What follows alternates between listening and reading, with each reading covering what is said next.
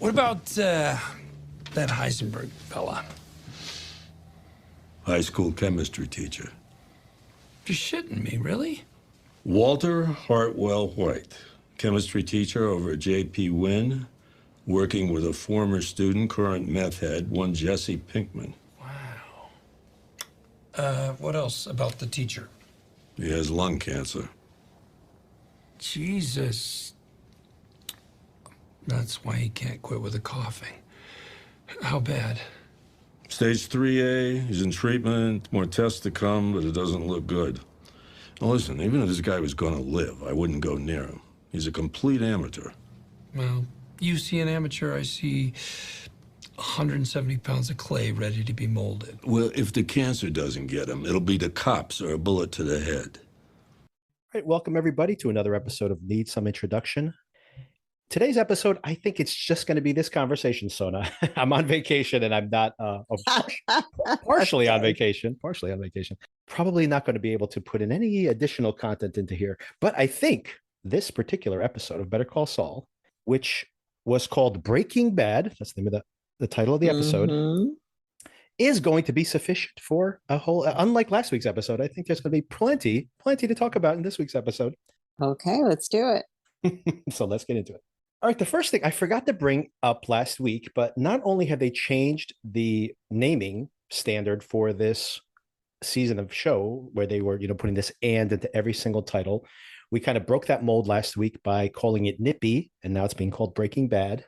And by the way, they've released the other two titles, which are interesting, especially considering the way things end up in this particular episode. We were thinking this might not be a dark ending for Saul, but we were thinking. It's such a reversal from last week, by the way, and I think we got to get into that as part of really. But I just wanted to let you know the titles, because unlike previously where they do not release the titles until like the day before or so, they have released not only next week's title but the final title. And next week's title, which is, by the way, written and directed by Vince Gilligan, so one of the few episodes. That's a weird title. It's called Waterworks. Oh yeah, that would be a very weird title. Very good point. So it's actually called Waterworks. It's called Waterworks, and it is written and directed by Vince Gilligan. But the last episode, written and directed by Peter Gould, who is the showrunner for the show, and all the way back from Breaking Bad was the main writer for the Saul character, but basically his invention. So he's been able to own this character throughout this entire show. This episode is called Saul Gone. So does that mean? So we will have to see. I love a pun. Fun, right?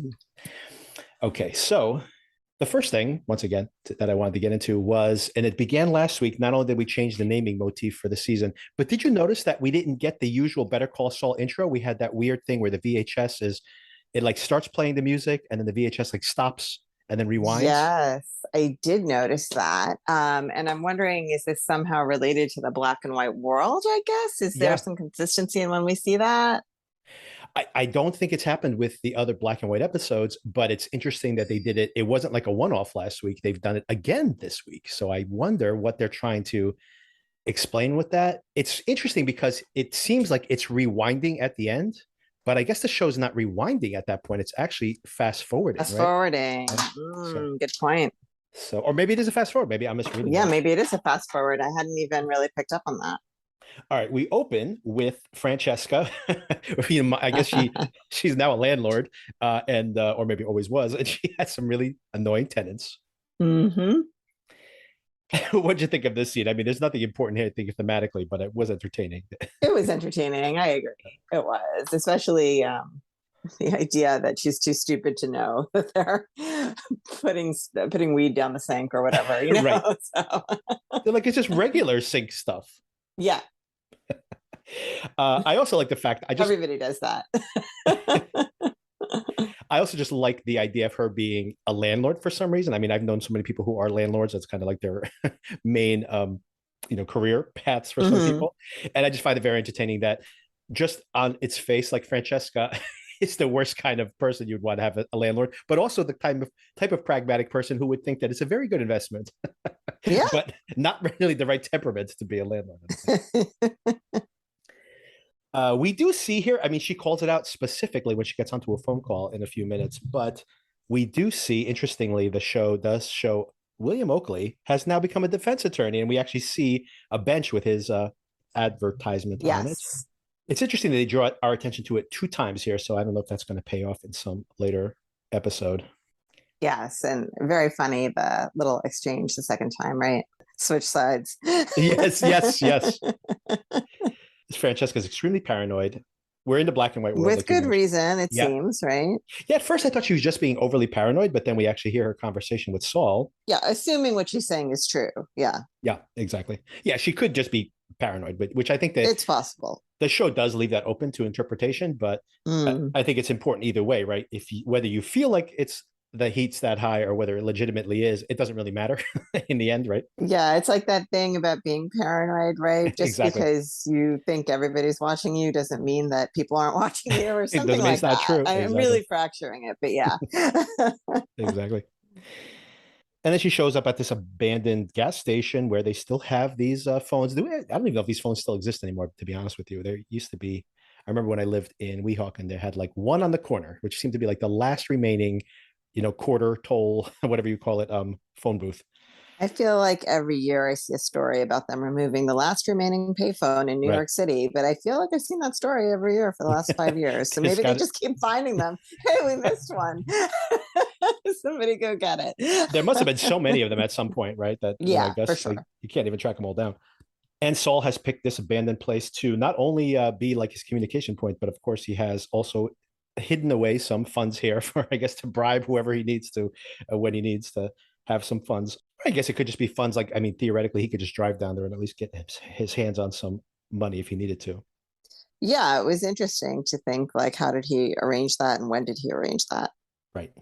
And it actually made me think about how long it takes to drive from Nebraska to Arizona, which I mean, Arizona, I should say, New Mexico.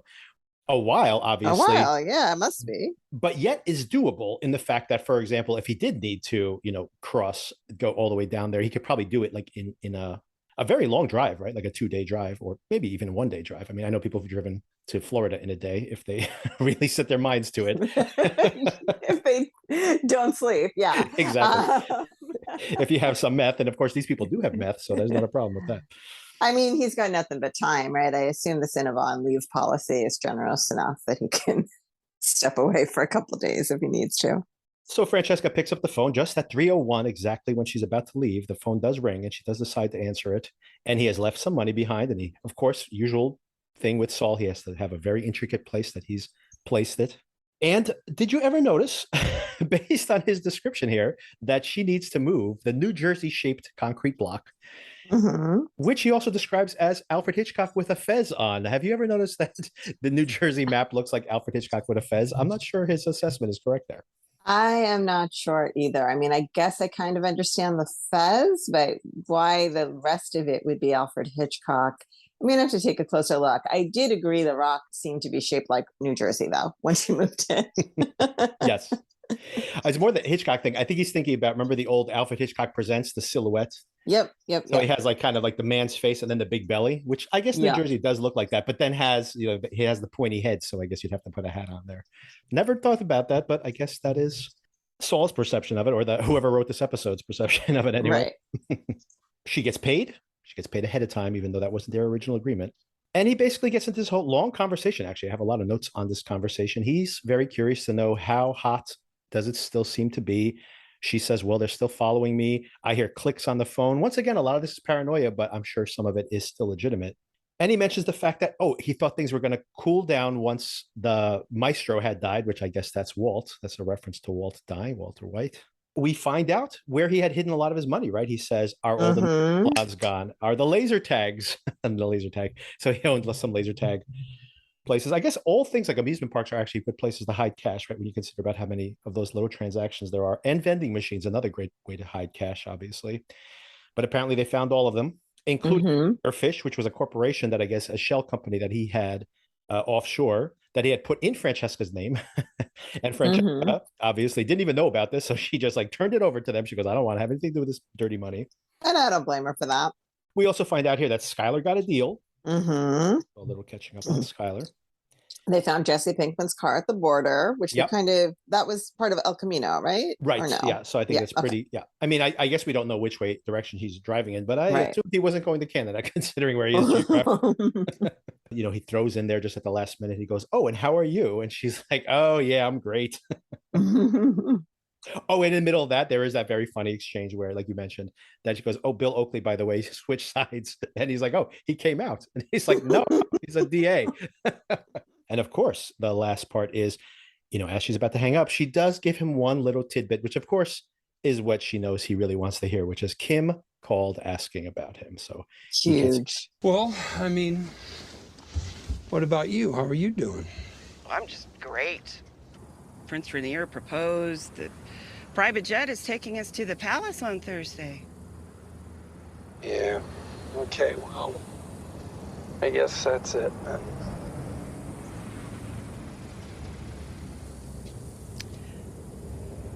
I did get one call after everything went down. Kim, checking in on me. No kidding? Mm-hmm. Your name came up. Asked if you were alive. She asked about me. What did you tell her? Nothing? But she asked. Yep.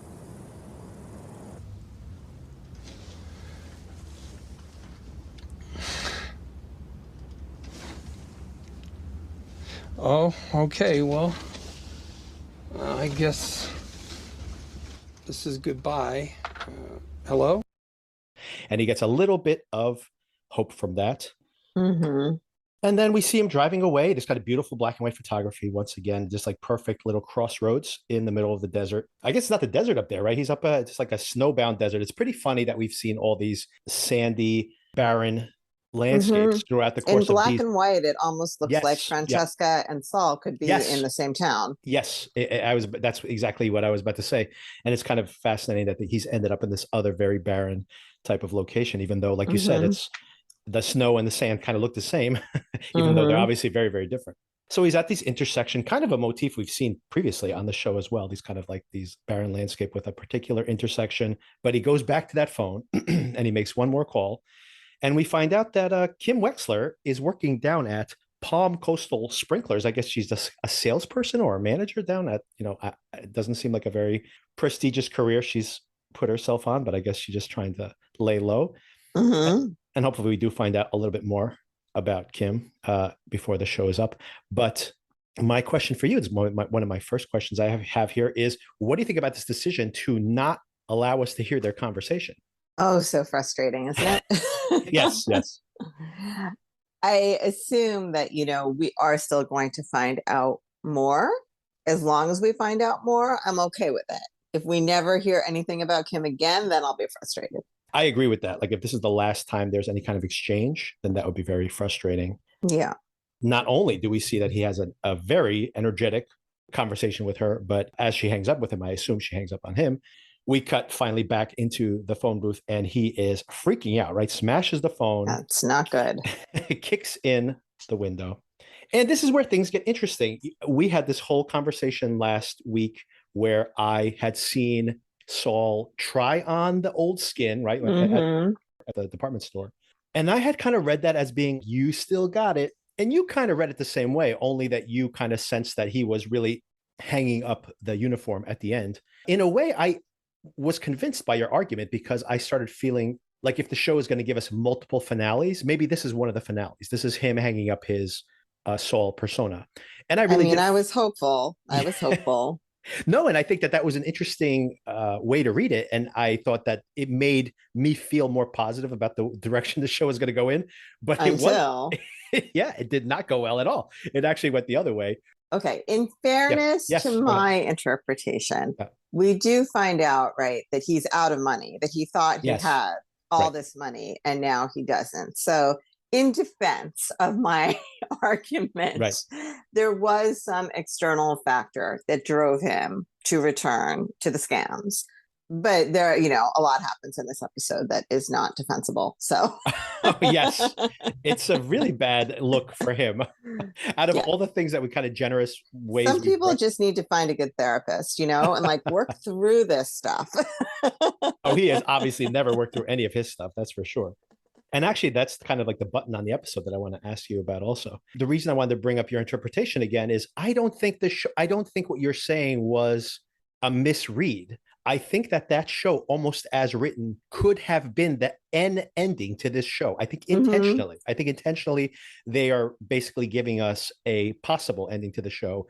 I still got it, but that's not me anymore, right? And he's just kind of like, that's not my life now. And I really do feel that, given the last moments of that episode, that is in the episode the way you're supposed to read it. So I think you read it correctly. But like you said, thank you. things have changed a lot between this episode and last. And all that kind of positive possible, you know, coda that the show could have had, I don't think is going to happen anymore. So. Same. And now, once again, like as a complete reversal to last week's motifs, the careful way that he's crafting the Cinnabons, which he seems to like take some pride in, even though like he is using them to obviously seduce the security guard and everything in that episode, but you really do feel like he has kind of gotten into his groove. We replace that imagery with him just staring at the mixer, being like, I'm going to stare at this mixer for the rest of my life. This life is going to kill me. Yep. And he's not okay with that. That's not anymore. That's not okay with him anymore. But also at this point, I can't remember exactly when it happened, but we've already seen the little color clip of the Breaking Bad universe, right? We don't actually return to that until there's a few more minutes before we get back to that. Oh, sorry. Okay, I jumped the gun. Okay. No, but not quite, because I missed something, but you're absolutely correct. We see at the beginning of this episode, just for a moment, where he is basically with the sack over his head inside of the Winnebago. So it teases right, it. That's what I meant. Yes, yeah. That's what I meant. Yeah, so we basically, they tease that at the very, very beginning of this episode, actually. And then we do return to that, you know, kind of like the aftermath of that scene, which we have not seen basically before. And that is coming up actually right after this sequence that we see where he's back at Jeffy's house. He sees that Jeff has bought his mom, Carol Burnett, back again, a computer so she can look at her funny cat videos. Cat videos. Everybody loves cat videos. And Jeff thinks like, oh, I'm sorry, I didn't spend that much money. I'm not, you know, I'm trying to keep a low profile, etc. But that's not why he's there. He's there, like as I've teased out in that previous point, reignite his con persona because he wants, what does he want? That's my first question for you. Does he have a plan, or is this just he wants money? I think he is spinning out a little bit because he's more cash poor than he expected to be, or just plain poor. But he does seem to have the scam constructed in his head, right? Because he already has put together the idea about the overnight shift at the taxi place, and the barbiturates. So I think he already, at this point, knows what it is he's going to do. And this is very interesting, the first scam that we see, because like you said, he mentions to Jeff that, you know, take the 9 to 6, take the overnight. We see him then in this new persona of his, Victor, yet another persona. Well, this is what I was trying to remember, though. Wasn't it Victor and Giselle in Albuquerque? Oh, you might be right. Yes, you might be right. I forgot that was his name back then. Yep. I think so. So really just reawakening. Yeah. Back to his partner in crime. Yeah. Exactly. Kim analog here, a partner in crime. And in this case, the scam is obviously very different. Victor and Kim. Sorry, just an aside. Oh, wow. Interesting. Although it's Victor and Giselle in that case. Right? It is, yes. Which is probably why it never occurred to me before. Good point. And he's had so many names on this show now. I just think about how many times he changes his name because of all these scams. And we see him doing the worst karaoke version ever of Brandy, right? Goodness, Brandy, you're a fine girl. But very, very bad, which I think is obviously intentional. He just wants to make stuff look like the biggest schmuck imaginable, or a worm on a hook for this con man. This, I found maybe the most interesting thing about the whole episode is how he picks these whales to go after, because this first guy that he scams, and I'll break down the actual details of the scam. It's basically identity theft. Is like truly like he has looked far and wide for the biggest jerk in the world, right? You gotta believe in yourself, little buddy. Let's do one more bet. One more bet. No more. No more lemon wedges on my nose, no more trick coins, no more toothpick puzzles. I'm not good at this. Victor, this is an easy one. Now, you grab the hundo before I do, you get to keep it. I grab the hundo first, you buy another round. Only rule is, you can't move until I move. Yeah, but I'm so much closer to it. It's like giving me the money. So you want to take the bet? Yeah, I'll take it.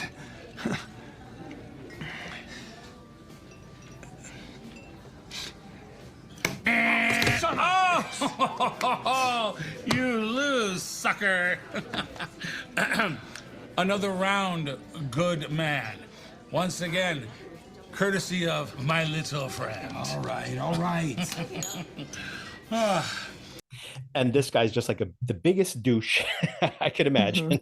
Has set him up to basically get drunk with this guy, let him take advantage of him all night long, and then he sends him out to get a cab. And then even that, winning the bet on the cab is like so obnoxious. Sends him off with Jeff. Jeff has put the barbiturates into the free water bottle that he gives the guy, and of course that knocks him out. He puts a little piece of tape on the door so that the door closes behind him, and but is left open. His brother or friend, whatever that guy is, shows up with his dog. I don't know why he brings the dog. Probably not a good idea, in my opinion. I was thinking the same thing, that man, this is a very peaceful, calm dog that does not bark in a new place or any of that. But it's also good cover, by the way, because I know sometimes when the dog has to go, yeah, you got to get out in the middle of the night. I've seen people out and about in the middle of the night, even in the city, right, just wandering around with their dogs. So it is a good cover. But this is a very well behaved dog. Sits exactly where he leaves him. I did think the dog was going to be like a, like a plot hole, but no, not a plot hole, I should say, but like a Chekhov's dog. Chekhov's dog. Yeah, exactly. It is a weird thing. Like, why bring the dog? Yes, just why? Yeah. Okay. Other than, he always has his dog with him, so I don't think that that's his plan. But I do think that like someone walking their dog, even at 5 o'clock in the morning, really seems a lot more innocent than just some random guy walking around at 5 o'clock in the morning. Putting that dog in the house just seems like a bad idea. Right. That's what I'm saying.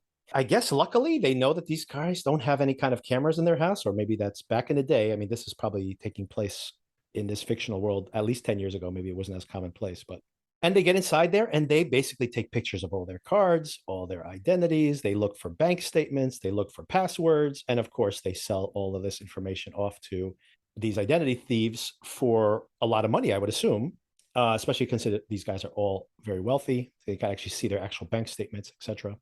And like Saul is saying, like they get paid up front, and then it takes months before the money starts disappearing from their accounts. So it's kind of a perfect crime for them because they can kind of disappear by the time they connect the dots on how this could have possibly happened.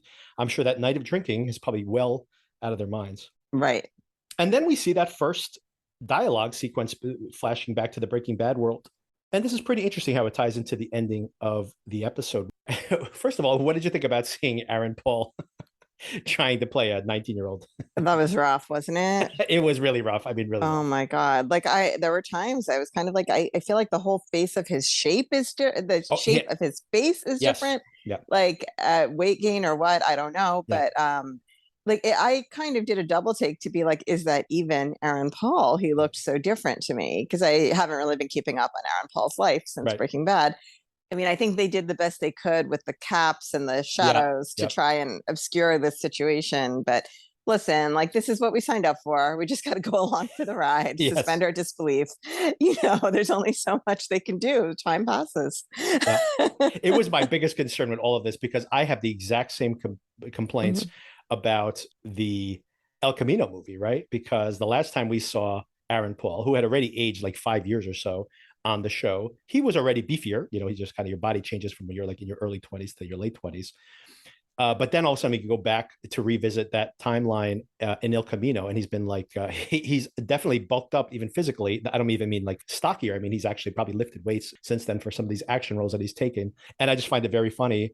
It's just like this guy was supposedly like chained up for like a year. Yeah. And he's like, looks like he's been working out every day and put on like 10, 15 pounds of muscle in the meantime. And, of course, age significantly, which maybe, being locked up for a year would make you age, but it still is just even that's a problem. But now we're like, 3 or 4 years past that movie. It just not convincing, let's say. And I mean, this is just me nitpicking, but I also thought his performance doesn't match the Jesse Pinkman I performance. agree with you. And then I chalked it up to me not really remembering Breaking Bad well enough. But I agree, his personality definitely seemed different than it was in Breaking Bad.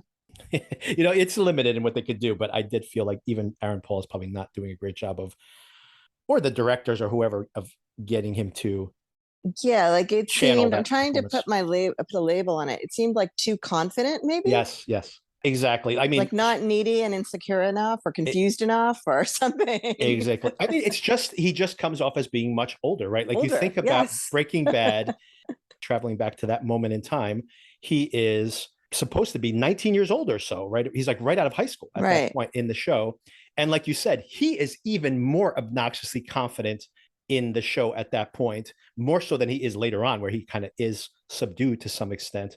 But like you said, it's cockiness. It's not confidence, it's cockiness. It's like acting like you know what you're doing when you have no idea what you're doing. Mm-hmm. And like you said, he has too much gravitas at 30, whatever he is, Yeah. 35 to pull It's that a off. grown man. Yeah. So it's really, really, like, I know I'm spending a lot of time talking about it, but it was distracting in a No, way that like I Walter felt the White was not same. necessarily. So yeah, it's interesting to hear you say that because I put it on myself that, oh, I must not remember the dynamic between this characters as well as I thought I did, because this does not seem like the same relationship that I remember. Exactly. And I mean, they try to minimize it. And like you said, they try to put him in the shadows there at one moment where they turn the lights off. But I feel like if you're going to underuse him this much, because it's so problematic, they should almost just have him and Walt interact. Although I guess they wanted to have that moment in the desert. So, and of course, Jesse's there. So now this is interesting. He asks about the whole Lalo thing. Who's Lalo? And I thought this was going to be a really interesting scene, the conversation about Lalo, but he pretty much shakes it off right away. But the other thing that's interesting is he notices that Walt is very sick, right? Yes. And then the last thing I want to bring up about this, because we use this as a segue back into the black and white Cinnabon world, is this is very ominous, by the way. We see the open grave, and then we overlay this image. It's like something out of a David Lynch movie, by the way. I thought, like, where did this filmography come from? Exactly, like, right. I mean, interesting to watch, but to me, very out of character with how this show has been shot up until now. Yeah. Like to do that type of thing. But so yes, that was also something that stood out to me. And while I appreciate it from a artistic angle, I'm just not sure it fits with what the show has been. I totally agree. I thought it was a beautiful shot. Like I said, I'm a big fan of David Lynch, and juxtaposing like an inner mind space and a physical memory or whatever is very interesting and beautifully done. But like you said, it's like this is not in the style of the show at all. So, but it was interesting and memorable, and maybe a sign of things to come, unfortunately. I mean, even the musical cue, it's not just a visual cue. Like the music, it's very ominous there. It really draws your attention to that grave. And once again, it makes me feel like things are not going to go well for Saul here at the end. Then we see like kind of a montage of them running these scams. And like I mentioned before, it's interesting. He seems to have really very much picked the like biggest jerk in the world to scam that first time. So awful. That guy was so awful that, in contrast to later in the episode, you couldn't feel bad about it even. He was so terrible. Yeah, because even in the flashbacks, even before he's talking to that guy and we spend some time with the guy who has cancer, I mean, some of these guys are just giving him financial advice. It seems like just people he cozied up to at the bar, and they're purely there because, hey, they have money. And I'm like, well, that's like a different type of thing morally, right? Then. And I think this says something about Saul, by the way, too. I think about what happened with Howard is that he always feels like he's going after these bad guys. That was always kind of the cons he ran back in the day. But I feel like at some point he is rationalizing, he's passing a moral judgment that, for example, he cannot pass that moral judgment. And yet he is passing it on somebody else, which I think is kind of messed up. By the way, he did receive a swing master earlier in the episode in the black and white world, like him, just another motif tying him back to Breaking Bad. And the next time we jump back into the Breaking Bad timeline, he is actually using a swing master. Yes, very interesting. Mike has shown in to give him his updates on all of the private investigation work he's been doing for him. I'm not going to talk to you while you're on whatever that is. LBJ used to have his underlings give him reports while he was on the shitter. Well, Either I'm going to leave, or I'm going to put my foot in your skull. Fine. Or I'll put my foot in your skull. Yes. So he does his updates. This girl's really cheating on this guy, et cetera, and so forth. This guy's actually a stand-up guy, so you should want to keep him on the payroll, et cetera. And then, of course, the thing that he's most interested in is Walter White. What's his deal? And Mike says, you know what? Stay away from him. He's small potatoes. He's an amateur. He's going to end up dead.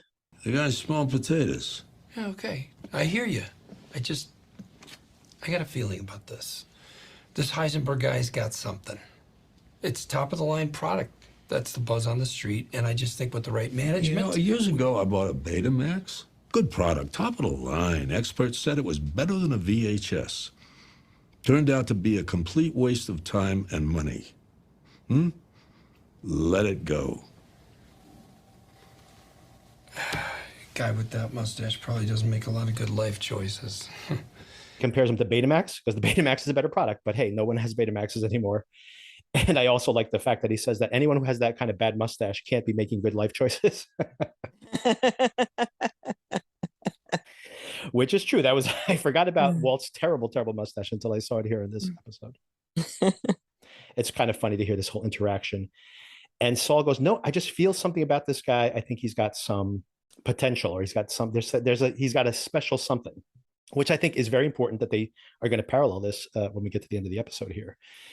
Even though he sees that this guy is, he's probably dying of cancer and all these other things, he still is committed to Walt.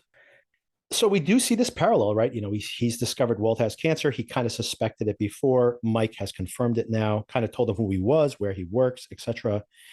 Saul, for whatever reason, we know is inevitably going to get into business with Walter White. And there's this parallel, right? Because the most recent guy that he's conning is just another rich guy who seems to actually be a nice guy, but he's also taking his cancer meds. Yes. By the way, this is Stu from Big Bang Theory. Just FYI. Oh, I'd never. Oh my goodness. Yes. Okay. Yeah. I was about to say I've never seen Big Bang Theory, but that's not true. And now that you say that, I can suddenly recall him in my mind. Yeah. Wow. Yeah. I think he was the comic book store owner, I think, or manager, whatever. Interesting.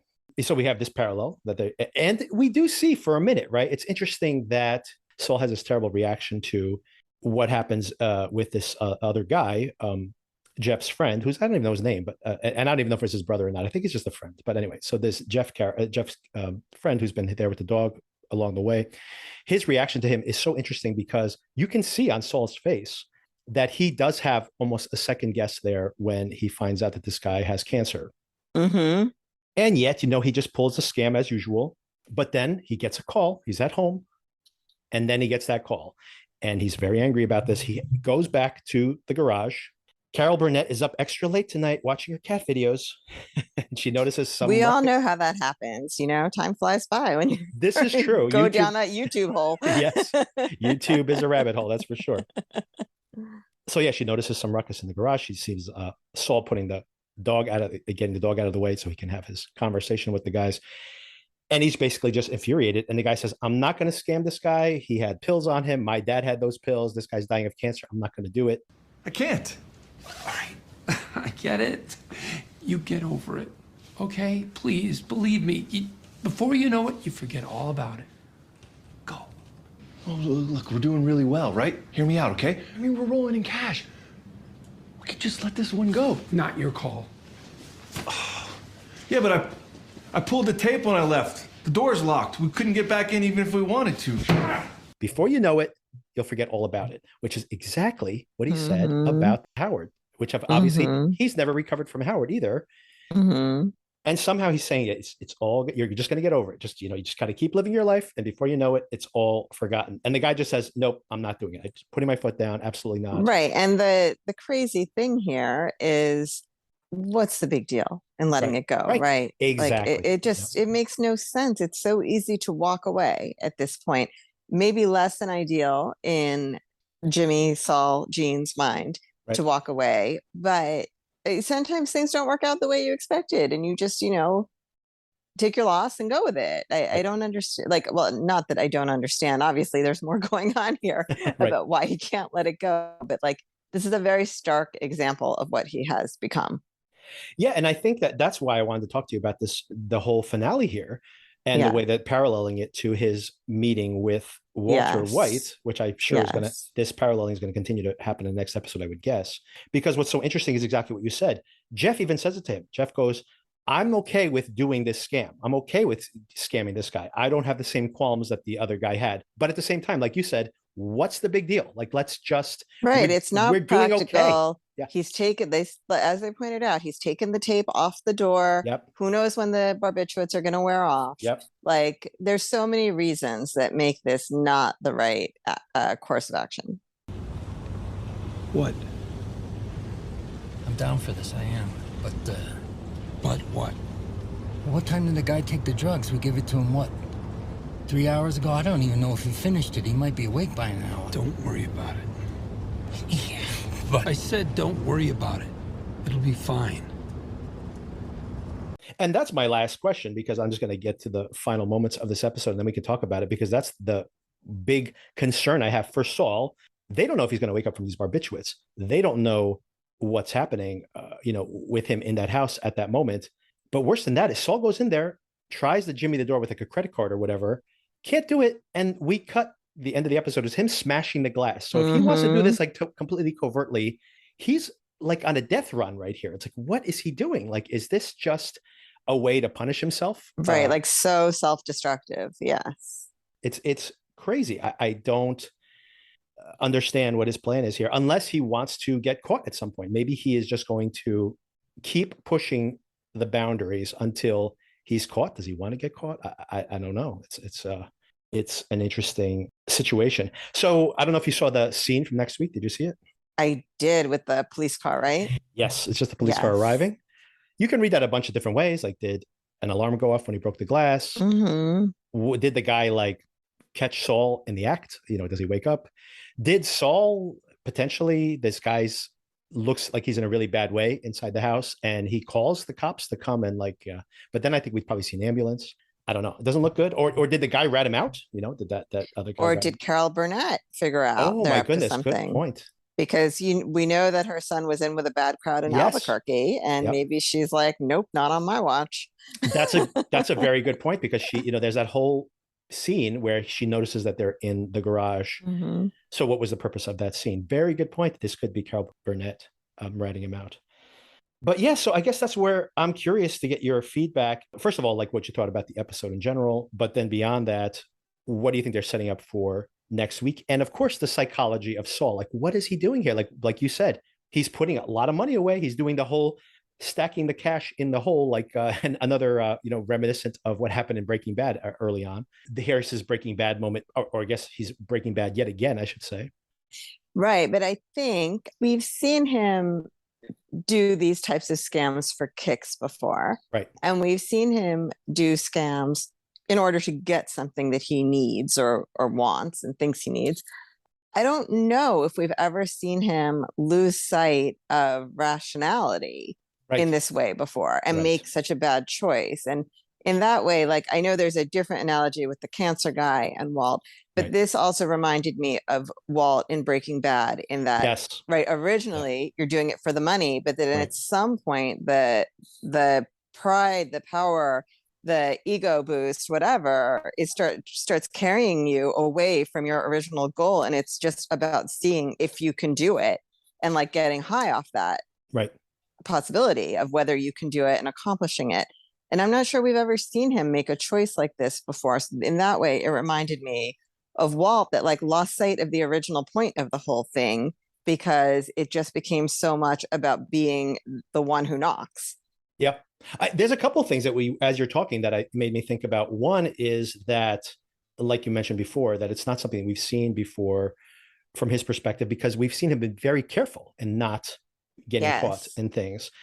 But then what it made me think about is that what he needed with Kim, right? Because maybe he was always going to basically be an addict, right? Someone who's going to go too far and, self-destruct at some point. And what he needed was some guardrail, and that was Kim, right? And now that he doesn't have her, maybe this is his trajectory. But I also think that maybe this is some kind of self-flatulation, right? Maybe he is intentionally going to push things. He does deep down inside think what he's doing is wrong. and he is punishing himself here, right? He's going to allow himself to get caught, for example, or be stupid enough to Or get caught. Yeah. well, yes. Or so what we've seen in the episode, right, is how he came to get involved with Walt, despite Mike's advice of like, Right. this is a mess, leave it Right. alone. Right. And then this all ends up bringing him to the point he is today in Nebraska, living this Cinnabon life that is Right. so boring and Right. dreary. And maybe like the anger towards Walt that, you know, you're the reason that I Right. have to live like this. You're the reason that I'm here. Right. And finding someone to take that out on that Yep. steps into Walt's shoes, right? That Yep. like, Yep.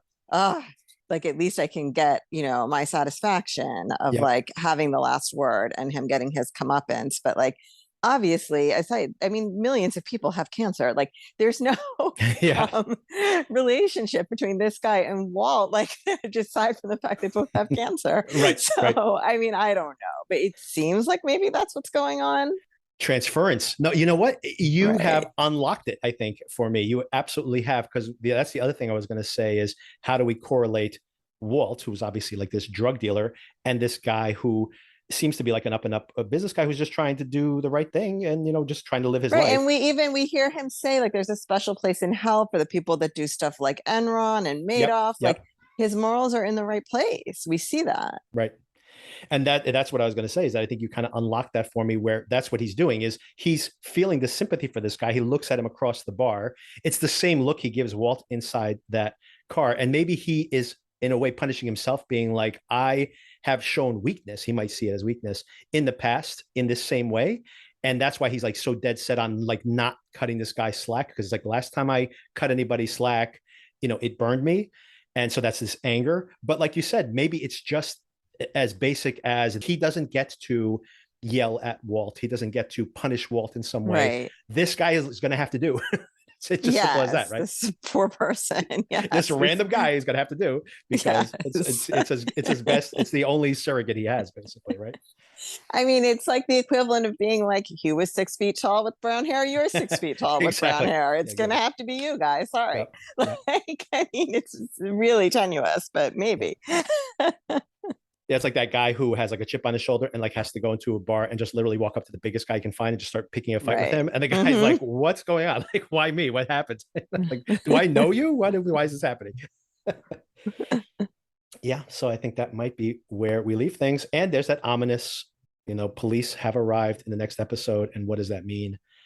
It's open to interpretation. I don't know if you have a specific interpretation for what's going to happen in the next episode, but I'm very excited. I thought this was an incredible episode. After the very sedate, very low stakes scam of last week, we have now escalated significantly, and we are in a very suspenseful place, because now, once again, we are in this unknown country of the future. So we don't know, like, you know, Saul could die now. I really, honestly, I don't think he's going to die, but something really bad can happen to Saul now here at the end. And I really did not believe that just a couple of episodes ago. Yeah, I mean, it definitely feels like something has been set in motion here that could be very bad. Maybe he wants to get arrested so that Kim can bail him out of jail. He's like, I'm going to make my one call to Kim, and she's going to come save me. And that'll be his big test. If she doesn't come, he is going to rot in jail, or she's going to come and save him. Maybe that's what he's trying to set up here. Who knows? Who knows? Well, do you think this is the last we see of the Breaking Bad world of Walt and Jesse and Mike, or do you think we're going to see them again? No, I think something that we're definitely going to see in the next episode is going to be more of this interplay where he's talking to this guy, this random person, and we intercut that with his interactions with Walt. I think that they're definitely not going to just have Walt come in for one scene. They're going to definitely bring Cranston back for more. So I do think they're going to enhance that correlation between the two, that parallel they've set up. I'm pretty sure that's going to be in the next episode. I don't think it's going to be the totality of the next episode, but I do think we're going to see more of that. It's just him arriving at, like, we're literally setting up at the end of this episode, him arriving at the school, that a scene, by the way, we see in Breaking Bad, right, where he shows up at Walt's school and Walt's like, how did you know, how did you find me? So they're queuing up that moment in Breaking Bad, but I think there's going to be more to that. We're going to see more of these kind of missing interactions, and maybe they're going to intercut like you said, maybe this transference he's done, he's going to be talking to this guy like he's Walt, and this guy's going to be like, what are you talking about? He's going to get all his Walt anger out. But I am curious to see how that plays out. But in short, I do believe we're going to see more of Walt, at least for one more episode. I mean, we only have 2 more episodes. That's where we are. I know. Yeah, very excited to see what happens next week. This episode ends on a cliffhanger, which is kind of rare in this show. I guess only last time we had a cliffhanger, of course, was Howard getting shot in the head. So, oh my gosh, yes. Quite the cliffhanger. So what did you think about the episode in general? Is this a good one, or how do you compare it to last week, or in general? What was your opinion? I definitely enjoyed this episode. I have some ambivalence about the black and white world, the Cinnabon world. Like, honestly, when the episode began and it was in color, I actually noticed I felt like a little bit of relief that I thought we were not going to be spending time in the Cinnabon world. And then when it went back to black and white, it was kind of like, okay, I guess we have to do this. But I am interested, based on the way that they kind of went back and forth between those 2 worlds in this episode. I'm interested to see if that's going to carry forward. The thing that I was missing in this episode, even though a lot happened, is that kind of trademark Better Call Saul tension that they have, right? Where you really feel like you're on the edge of your seat of like, what's going to happen? And it, not necessarily because of anything so dramatic going on. It could just be 2 people talking to each other, but it's ridiculously tense, right? Yeah. So I guess it was kind of missing that feeling. And I wonder, with only 2 episodes left, will that feeling return? But you and I have talked about before, like, often the penultimate episode of a season or series is the one that is really, really great and like does a lot with the plot or the characters or whatever. So I am definitely interested to see whether this mood continues into the penultimate episode or they kind of switch back to that tense feeling. I just don't know what's going to happen. So I'm curious. If I had a total guess, and once again, they can go any way they want with this because, they are at their last 2 episodes. So, this is kind of, the last taste, the aperitif or here at the end. So I guess it's how they want to do it. But if I had to completely guess, I think this is all setting up for a very, very tense episode. But then I do think the show is probably going to end like on a coda. It's not going to be like an action-packed finale. I think it's going to be like the show itself. Breaking Bad ended slow burn. Yeah, and Breaking Bad had this perfect ending because that's what Breaking Bad was so great at, was having these kind of languorous, long, introspective characters, but then those explosions of action, and that's why it was such a perfect ending to that show. But Saul was never that kind of show. That, like you said, you have these incredibly tense moments, which I think we will probably have next week. It's much more about the characters, and I do think that final episode is really going to be very much kind of a coda, and we see where everybody is. Maybe even we have another time jump, like where's everybody in 10 years, where's everybody in 15 years, right? Wouldn't that be fascinating? I would love to see that, actually. And then all the characters, we wouldn't have to worry about having noticed them age. Exactly. They'll be appropriately aged. Exactly. Yes, Mike looks the right age now. That's right. Well, Mike's dead, right? So... Oh, shoot. I forgot. Okay, well, Jesse. Spoilers. Jesse. We can see Jesse having a margarita. Exactly. And Francesca and all the rest of the crew, the surviving members. Maybe we'll see Skylar. Who knows? I would love that. All right. Thank you so much for the conversation. Thank you. Enjoy the rest of your quasi vacation. Yes, half vacation, half work. Yeah, I've been there. Yeah, I'm sure. All right. Talk to you soon. Talk to you later. Bye. Bye.